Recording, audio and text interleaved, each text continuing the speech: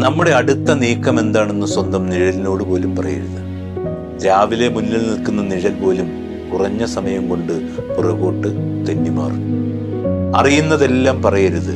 പറയുന്നതിനെക്കുറിച്ച് വ്യക്തമായ ബോധം വേണം. വാക്കുകൾ സൂക്ഷിച്ചാവണം. എല്ലാം എല്ലാവരോടും പറയരുത്. ചിലത് ചിലരോട് മാത്രം. ചിലത് തീരെ പറയാതിരിക്കുക. രഹസ്യം രഹസ്യമായി സൂക്ഷിക്കുക.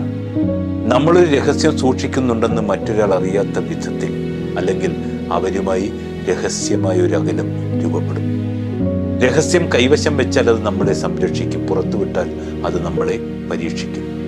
സ്വപ്നങ്ങൾ വിജയിക്കണമെങ്കിൽ അവയെ ശബ്ദമാക്കാതെ പ്രവൃത്തിയിലാക്കുക. ജീവിതത്തിലെ വലിയ വിജയങ്ങൾ പലപ്പോഴും രഹസ്യമായി വളർന്നു വരുന്നതാണ്. നിശബ്ദതയിൽ സൂക്ഷിച്ച രഹസ്യമാണ് വിജയത്തിന്റെ കരുത്ത്.